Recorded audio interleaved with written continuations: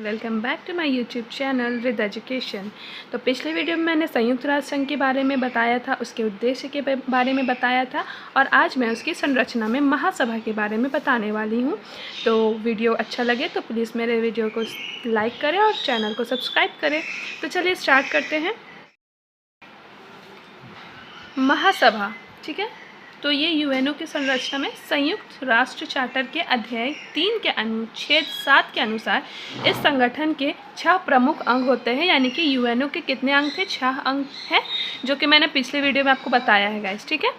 महासभा के बारे में आज हम जानने वाले हैं। संयुक्त राष्ट्र संघ की महासभा एक ऐसी विश्व सांसद है जिसमें संसार के विभिन्न क्षेत्रों के प्रतिनिधि एकत्रित होकर विश्व स्तरीय मुद्दे पर विचार विमर्श करते हैं, ठीक है। किंतु इस सांसद के पास अपने सदस्यों को किसी निर्णय के पालन के लिए बाध्य करने की शक्ति नहीं है।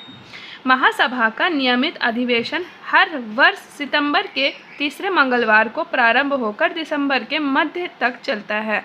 प्रत्येक अधिवेशन में महासभा द्वारा अपने नए अध्यक्ष, 21 उपाध्यक्ष तथा 7 समितियों के अध्यक्षों का चुनाव किया जाता है गाइस, ठीक है। तो जो ये अंडरलाइन किया हुआ है ये काफ़ी इम्पॉर्टेंट होते हैं, तो ये इसे एग्ज़ाम में MCQ क्वेश्चंस बनते हैं, तो इसे आप थोड़ा ध्यान में रखिएगा गाइस। और बाकी आगे हम जानते हैं।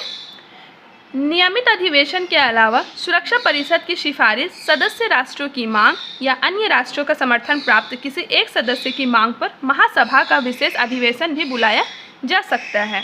सुरक्षा परिषद के न्यूनतम 9 सदस्य संयुक्त राष्ट्र सदस्यों के बहुमत या ऐसे बहुमत द्वारा समर्थित किसी अकेले राष्ट्र की मांग पर 24 घंटे के भीतर महासभा का आपातकालीन अधिवेशन भी बुलाया जा सकता है। आइए अब हम जानते हैं महासभा की कार्य एवं शक्तियों के बारे में कि कौन कौन से कार्य और शक्तियां हैं महासभा की, और ये इम्पॉर्टेंट भी है गाइस। तो चलिए जानते हैं। संयुक्त राष्ट्र चार्टर के अनुसार महासभा के प्रमुख कार्य इस प्रकार से हैं। सबसे पहला कार्य है अंतर्राष्ट्रीय शांति व सुरक्षा संबंधित मामलों पर विचार करना तथा सुरक्षा परिषद के विचाराधीन मामलों पर अपनी सिफारिशें देना, ठीक है। फर्स्ट पॉइंट है। सेकेंड पॉइंट है संयुक्त राष्ट्र चार्टर या संयुक्त राष्ट्र के किसी भी अंग से संबंधित प्रश्नों पर विचार विमर्श करना। नेक्स्ट है अंतर्राष्ट्रीय राजनीतिक सहयोग के प्रोत्साहन, अंतर्राष्ट्रीय कानून के विकास व संहिताकरण, मानवाधिकार तथा मानवीय स्वतंत्रता का प्रसार और आर्थिक, सामाजिक, सांस्कृतिक, शैक्षणिक तथा स्वास्थ्य संबंधित विषयों का विश्लेषण करना और अपनी सिफारिशें देना, ठीक है। ये थर्ड कार्य है गाइस। इसका फोर्थ हो जाएगा राष्ट्र के मध्य शत्रुपूर्ण स्थितियों को निपटाने हेतु सुझाव देना। यानी कि जो तनावपूर्ण स्थिति होती है राष्ट्रों के आपसी मध्य में, तो उसे सुलझाने का भी मतलब निपटाने के लिए सुझाव भी देना इसका कार्य होता है महासभा का। सुरक्षा परिषद या किसी अन्य अंग द्वारा प्रेषित प्रतिवेदनों पर विचार करना, ठीक है।